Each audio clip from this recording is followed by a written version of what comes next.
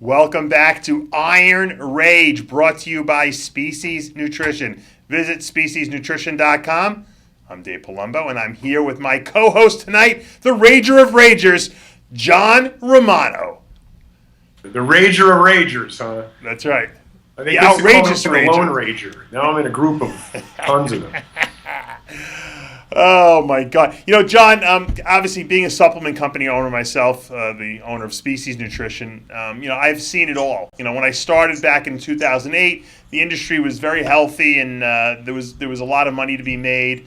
There was, very few, relatively few companies, a lot more than there were obviously in the early 2000s, but still there was a manageable amount. Everyone kind of knew who the companies were. And then everyone got this great idea that, hey, I want to be a supplement company owner, especially the bodybuilders who are competing, which is probably the silliest thing to do, try to run a business while you're competing. But the bottom line is that we're in the year 2016 now, and there's a glutton of companies, so much so that people are going out of business left and right. Companies like Gaspari that were making $90 million a year at one point are now, bankrupt twice already and were bought out and, reorganized, et cetera, et cetera. Ultimate Nutrition, another company that was huge, out of business, or had to declare bankruptcy, that restructured. VPX too, a company that was making, who knows how much, probably $100 million a year, also now, has to restructure, sell out, just not on top of the world. And to me, it's a little depressing because, this is the industry we live in, this is the world we live in, and I want to see that be very healthy. I want to see there be a lot of money, but I think that, people have the impression that there's billions of dollars to be made in this industry, and everyone wants to be a supplement company owner. And unfortunately, that's just not the case. And I guess you could say the latest example of what I'm talking about is Phil Heath. On Flex Online, there was an article or an interview with Phil that came out, and Phil explains how he was leaving his own company, Gifted Nutrition, after I don't know how many, 2 years of running this thing, and he claims he made no money. He put money of his own in there, and what is this message being sent to the bodybuilding world as far as all these companies doing so poorly? We lost John. Well, I'll talk because I know what it means. Chris Aceto and I said when Phil first announced that he was leaving Muscle Tech and starting his own company, both of him and I said this is a bad decision. And the reason it was a bad decision is that he was making a lot of money. He was making over $500,000 a year. Now, even if he left Muscle Tech, I know he had other offers up to $750,000 a year, and maybe more than that, because I don't know all the inside, wheeling and dealings and business deals. So Phil turned down a lot of money. He could have sat on his butt and trained for the Olympia for one show a year for $750,000 a year. I mean, think about how much that is per month. That's an obscene amount of money he was making. And to say, I'm just going to get rid of all my money and just start my own company and start from scratch, I think that was a ridiculous decision on his part. And I think it's just it's really a metaphor for the health of our industry right now. Yeah, I'm just going to get rid of all my money. That's a great business acumen, Well, I don't think he thought that, though. I think to give perspective to the listeners, I think all you got to do is go online and look at bodybuilding.com or Europa or Lone Star and just look at the list of products that they offer, and you get an idea of how many, not hundreds, thousands of supplement companies there are. And it's, like you said, Dave, back in the day, there was a handful of big ones. Remember when, Connolly came out and opened Metrex, right. And then, back in that day, we had like maybe 10, 12 at the most, big supplement companies that we would rely on for our everything from vitamins to protein powder and everything in between.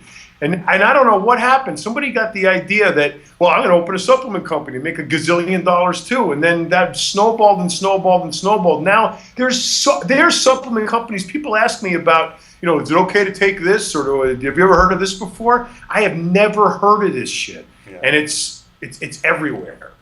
So Twin Lab, we were first to market. Look, even Bleckman started his own company, and it's out of business probably, or he's not making any money from it. That's for sure. No, nobody bought that shit. You know, and he was riding the coattails of Twin Lab, one of the most wildly successful, a $280 million company in its day. You know, adjusted for inflation, that's probably $500 million today. Absolutely. I mean, and like you said, had he launched his company with that Twin Lab reputation back 10, 15 years ago, it probably would have been successful because he would have marketed through the magazine. There was no internet or no real, popular internet. There was no social media. And that's how people decided how to use supplements. Nowadays, because everyone's their own star, so to speak, social media star, you can market anything through anything. I mean, if a guy's got 1 million, viewers on YouTube, he can sell, or at least in his mind, he can start his own company and sell anything. The problem is that once you start trying to build the company to a bigger degree, where you're going to distributors, you're selling it worldwide, and you want it all over the place, you want to invite them shop, now you start having to pay employees, pay warehousing, pay payroll taxes, pay liability insurance, and you know what? You're left with nothing at the end. And you know what? It's a little depressing in one sense, but it's not, because it's a different business model today than it was 10, 15 years ago.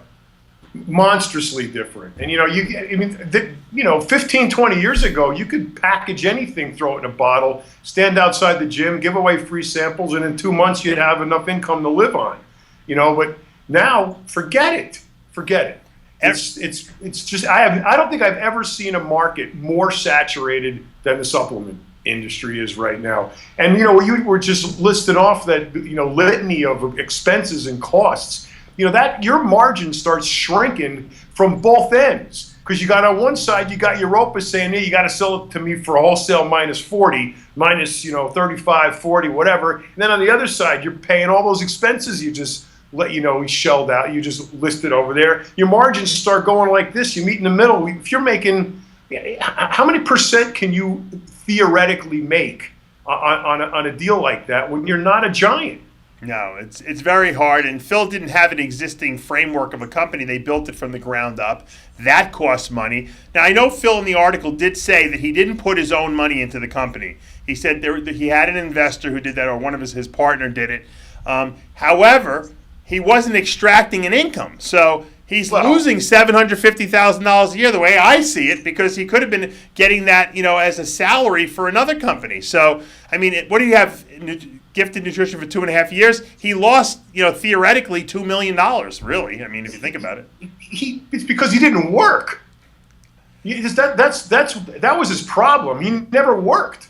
The thing is, you start a supplement company, what he basically did was he continued his appearance schedule uninterrupted, and just while he was talking about himself, he also talked about his supplements. He didn't make any concerted effort, clothing, merchandise, whatever. He didn't have a booth at any of the shows. He was not a marketer working for his product. He just figured out, I'm 4 or 5 time Mr. Olympia, Phil Heath. I'll just throw my name into the hat and everybody will buy my shit because I'm Mr. Olympia. Look, it's working for Jay. So it's not how it works. When you own a business like this freaking gym, I gotta live here, man. You can't leave. You're at Species every fucking day, all day long. You can't leave your business. You can't leave it operations in the hands of somebody else and expect that they're gonna look out for your best interest. You have to work. You have to be there. You got to work. You got to answer,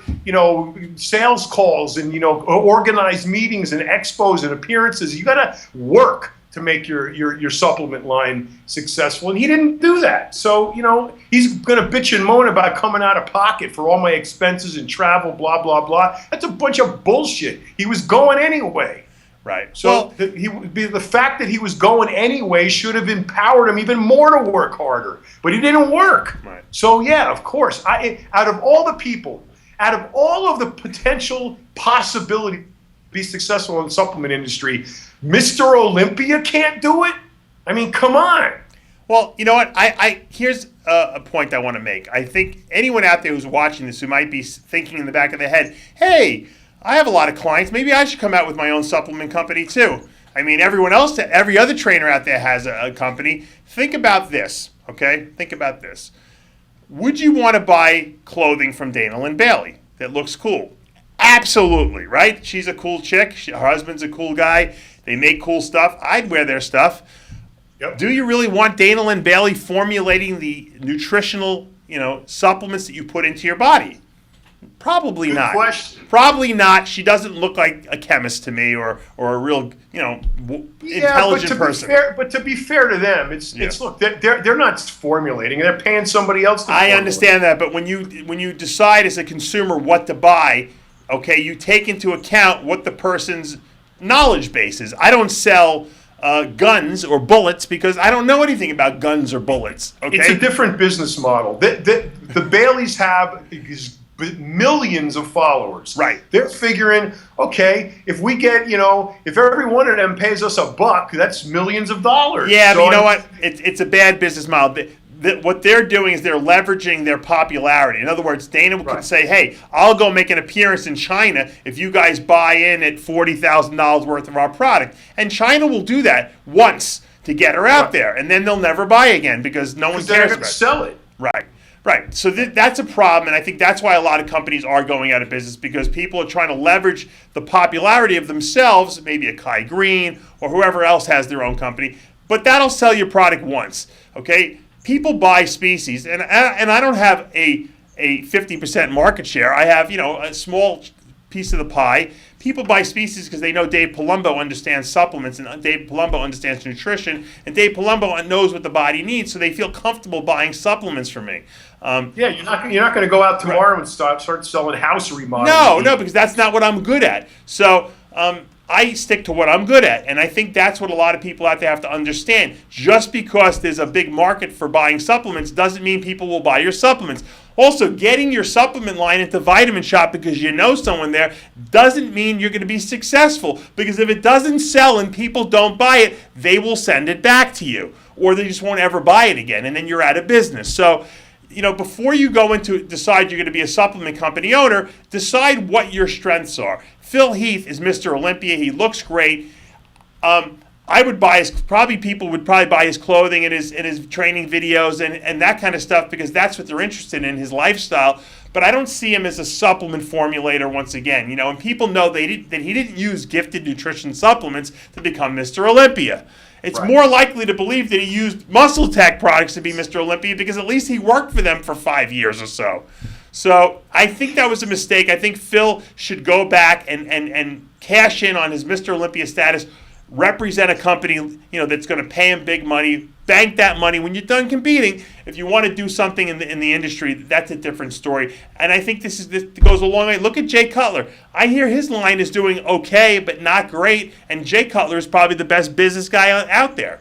So the supplement industry is not what people think it is or what they read it is.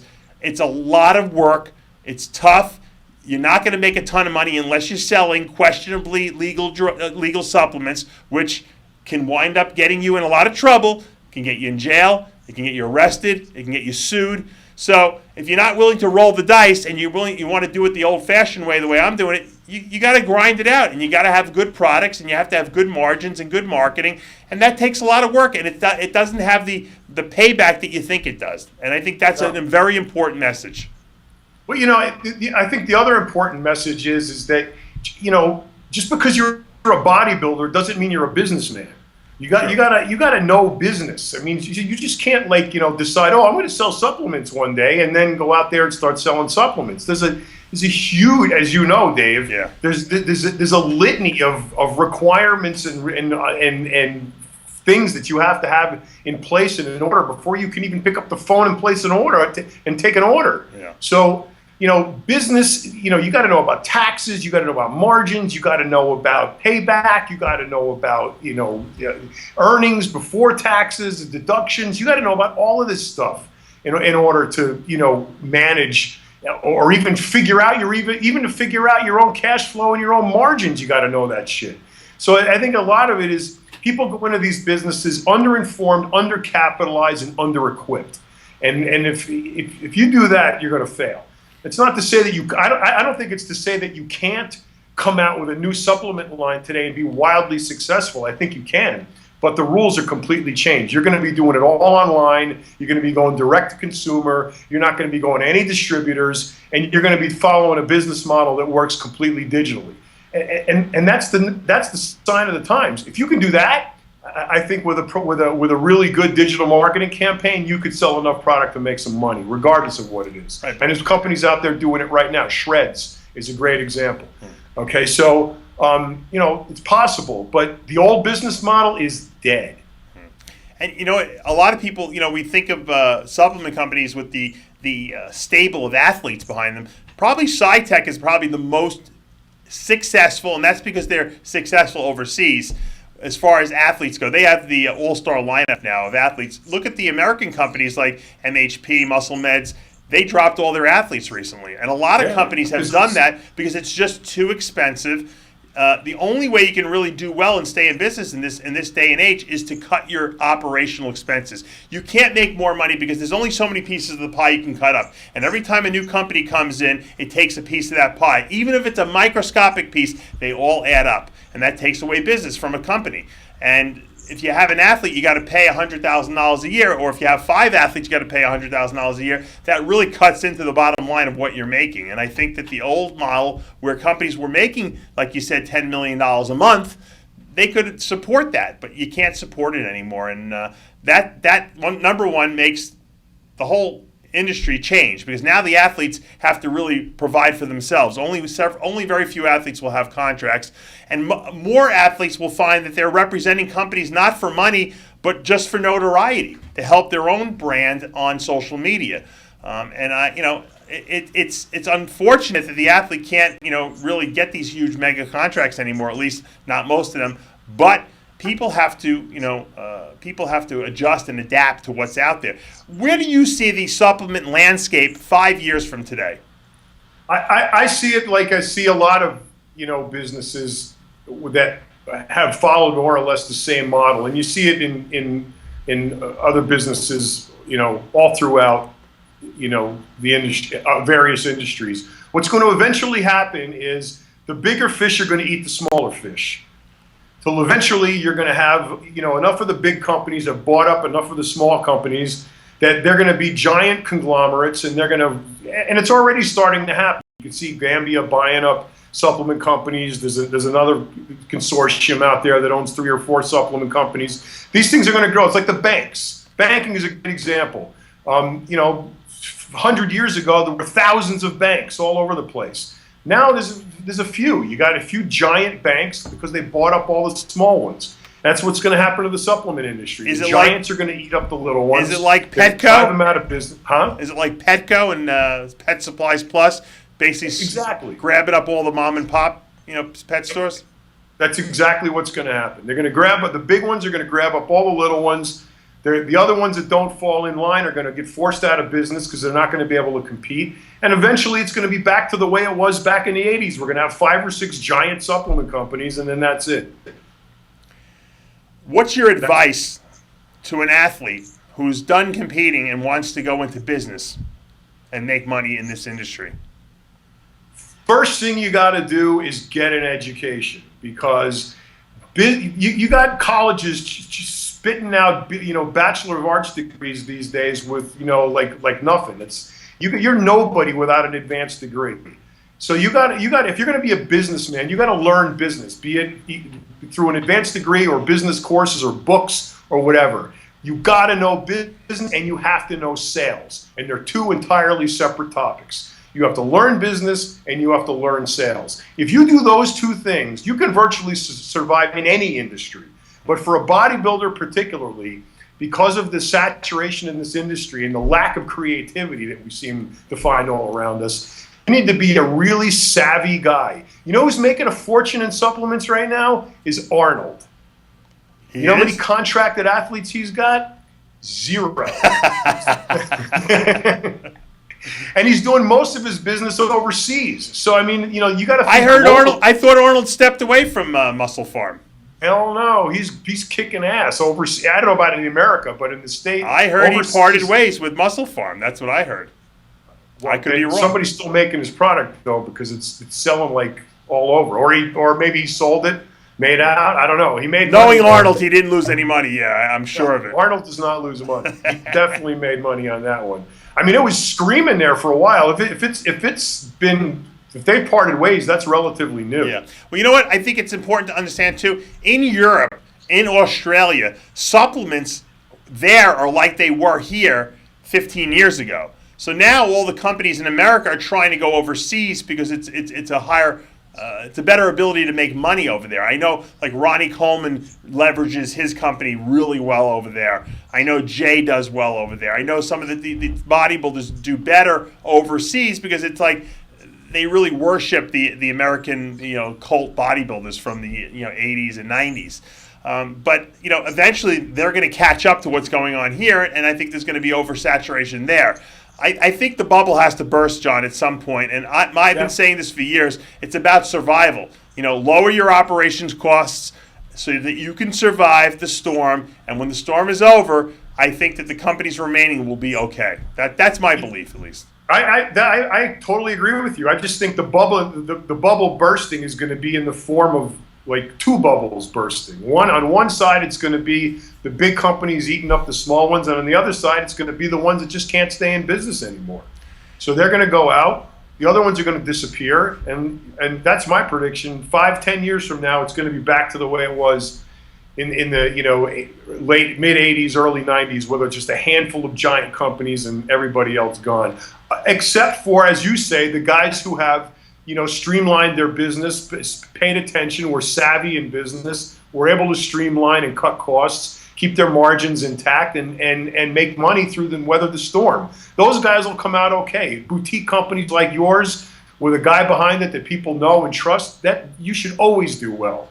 That's why Gaspari has 9 lives, because it's because of him. Right. It's people want him. You guys go overseas, and I don't think a lot of listeners in America realize this, but you guys, bodybuilding overseas, what's that giant show in England FIBO. they just had? Oh, Body Power.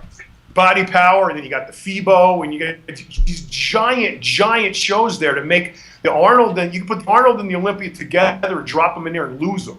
They're enormous. And the bodybuilders are still rock stars over there. So it's a completely different culture. And I think to finish answering your question about advice to bodybuilders who want to go in the supplement business, you got to think globally. You got to think digitally and think globally. And that's the only way you're going to be successful these days. The era of the mom and pop supplement shop, where you're making your stuff yourself and then, bringing it to the vitamin store down the street, those days are over. Well, people also don't understand that the public is sick and tired of companies that are selling deceptive products, not having full transparency on the products. There's a lot of lawsuits. They're starting to find out what these companies are doing to improve their margins and enable them to make money, which is cutting corners, putting fillers in things, doing deceptive things. And you know what? I think people are sick of that, and I think they're going to the companies that have the solid reputations and saying, you know what? I'll pay a few dollars more to know that what I'm getting is what I'm getting. I've noticed a surge in our sales ever since. The more lawsuits that come out, we make more money because people say, you know what? They're sick of it. I even get emails from people saying, you know what? I listen to your show. I see all this stuff that's going on in the industry with the lawsuits. I'm just buying your products because you know what? You are a little more expensive, but you know what? At least I know what I'm getting in there is 100%, and it's a no-brainer. You save money with all these amino spiking, going on right now. You buy your product, you save money because you spend less time in the fucking bathroom. What? Final point. Phil Heath. Does he recover from this? Where does he go from leaving a Gifted Nutrition? Does he sign with another company right away before the Olympia? After the Olympia? Where do you think Phil Heath will wind up? Somebody will grab him. I mean, someone will make him an offer he can't refuse. He's Mr. Olympia. I mean, he's got the highest stock in the market right now. Do people have the money to afford him?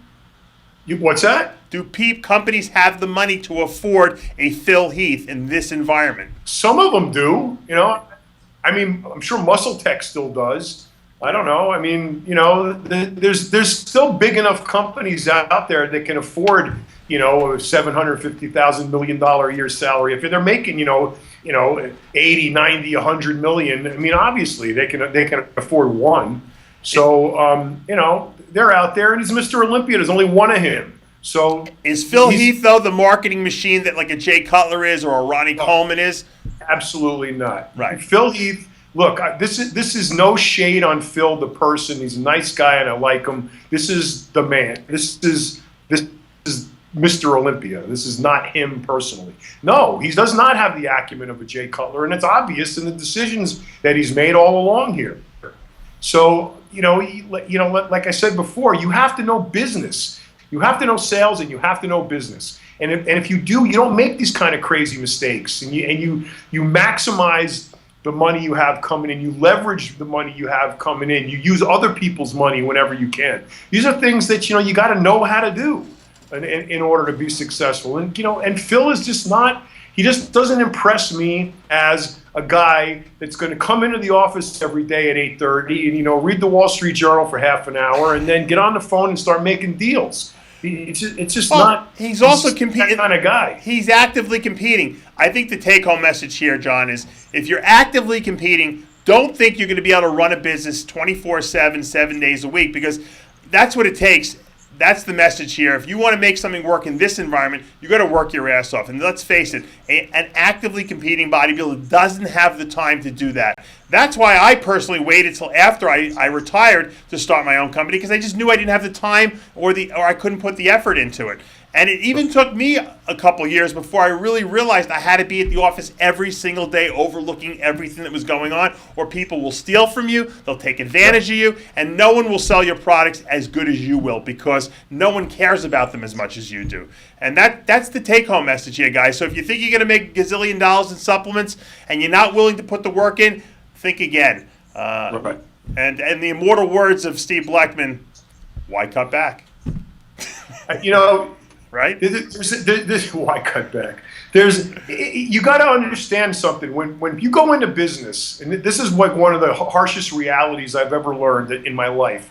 When you go into business, the same minute that you actually open for business, automatically a big neon sign comes on your forehead that says, "Screw me, rob from me, steal from me, fuck up my life somehow," and you become a target. I had a delivery the other day. The truck backs up to the dock. The curtain goes up. The truck driver gets out. And I see him in the bay, and he's looking around. Like, what are you doing?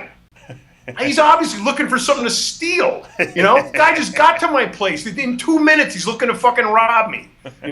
That's the way this is. Business is like that, and you got the government trying to steal from you, people trying to steal from you. You got more rules and regulations that you got to keep track of that change freaking every day. You got taxes, you got insurance, you got so many factors, and they all come together, and you are the one that has to make those decisions. And if you have employees, those decisions directly affect their families. So you have a lot of responsibility, a lot of headache, a lot of time commitment. And Dave, you're absolutely right. An active competitor cannot do it. All right. And on that note, I think that's going to take us to the end of another episode of Iron Rage. I'm Dave Palumbo. For John Romano, we'll see you next time.